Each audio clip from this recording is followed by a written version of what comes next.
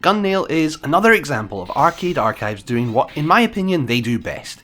Namely, bringing somewhat obscure, previously arcade-only titles to a wider audience and giving them a new lease of life. Released in 1993 by NMK, GunNail is most famous for its unusual scoring gimmick that's based around giving you more points the fewer lives you have.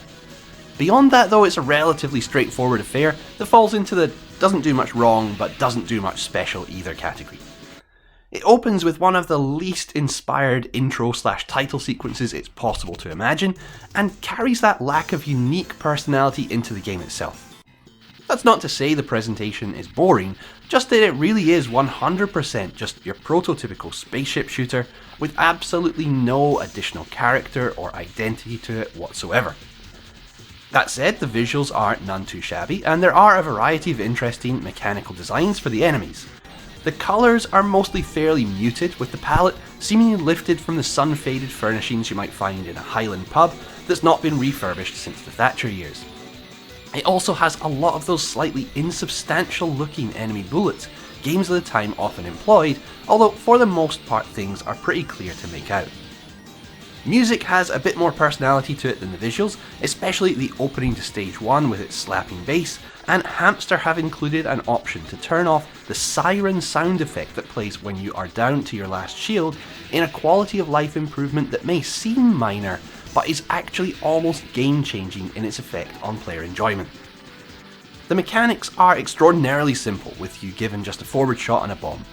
There are 3 shot types switched between through floating power-ups, a blue spread shot, a purple laser, and a red combination spread and homing shot. Each of these can be upgraded by collecting floating P pickups, which are mercifully plentiful given that there are 10 stages through which your weapons will need upgraded to reach their full potential. Usually, of course, the narrow laser would be significantly more powerful than the weaker, wider shots, but the difference here is far less pronounced than in most games, and the red shot is really the way to go for pretty much every situation the game throws at you. The bomb is also weaker than its explosion would have you believe, and is usually more effective as a defensive measure. There are 8 stages, with 6 of them being straightforward battles against hordes of popcorn enemies with a mix of faster targeted shots and occasional sparse, but not easy to dodge patterns before a boss fight. The 2 other stages introduce an interesting little mechanic whereby a timer appears at the top of the screen and certain enemies drop speed up icons which must be collected to ensure you make it to the end in time. These also double your multiplier while in the speeded up phase. But it is the other way you increase your multiplier, which is the game's main point of interest. You start the game with 3 full shield slots, and for every empty slot, your multiplier increases. This means if you're playing for score, the best way to play is to suicide 3 times right at the start of the first stage to get your multiplier up to ×3 and to ×30 when defeating the boss.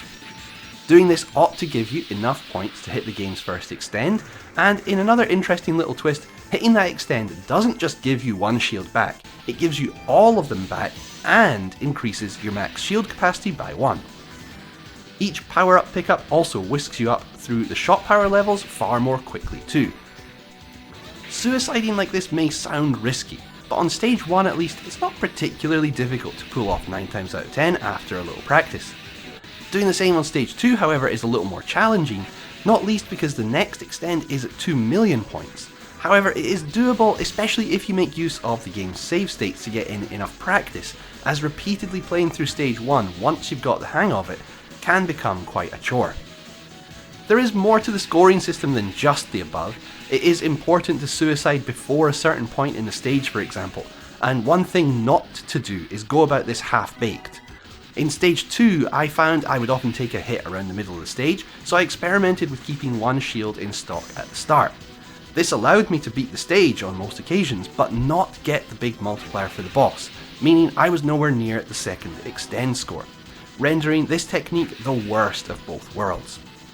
There are also end of stage bonuses that see you granted 1000 points for picking up ground based icons, with this then multiplied by the number of bombs you have at stage end. But overall, the defining feature is the empty shield container multiplier, and while this may seem interesting and unusual at first, it doesn't really offer much in terms of mixing up how you play. You either make the decision to suicide and back yourself to make it through a stage on one life, or you don't. Either way, you basically just play the same, except one way gets you more points at the cost of making things a little more frustrating. What you're not particularly rewarded for is any sort of smart or skillful play, and while this system does offer something a little different, it's not hard to see why it hasn't been replicated terribly often. Now, as usual, Hamster offer us both Japanese and Western versions of the game, as well as special score attack and caravan modes. The ability to turn off the siren that indicates you're down to your last life is, as mentioned, a great mercy, and the game also of course has the much loved ability to rotate the screen to play in Tate mode. Unfortunately, these options are only available in the main arcade versions and can't be accessed in the score attack mode, something that's especially a shame given the online scores recorded in the main game allow as many continues as a player would like, with the score mode itself being the place to register your best 1 credit effort. And going for a higher score, despite the scoring system not being perfect, is something I found a decent amount of enjoyment in. While the game isn't spectacular in any respect, as mentioned at the start, it doesn't do much wrong either. GunNail is a solid effort, and while I would say it's a great example of its era, given that it's contemporaneous with the faster, flashier, more colourful and characterful Batsugun, it's perhaps more representative of a slightly older era than its release date suggests. That of course isn't necessarily a bad thing. That older era is one a lot of people, even today, pine for, and for such people GunNail ought to offer a perfectly enjoyable experience with an unusual but ultimately somewhat flawed scoring system. I'd give it a 7 out of 10, and since as always with these Arcade Archives releases, it's very reasonably priced given the features and performance on offer, I'd say it's a more than worthwhile pickup for anyone curious to try it.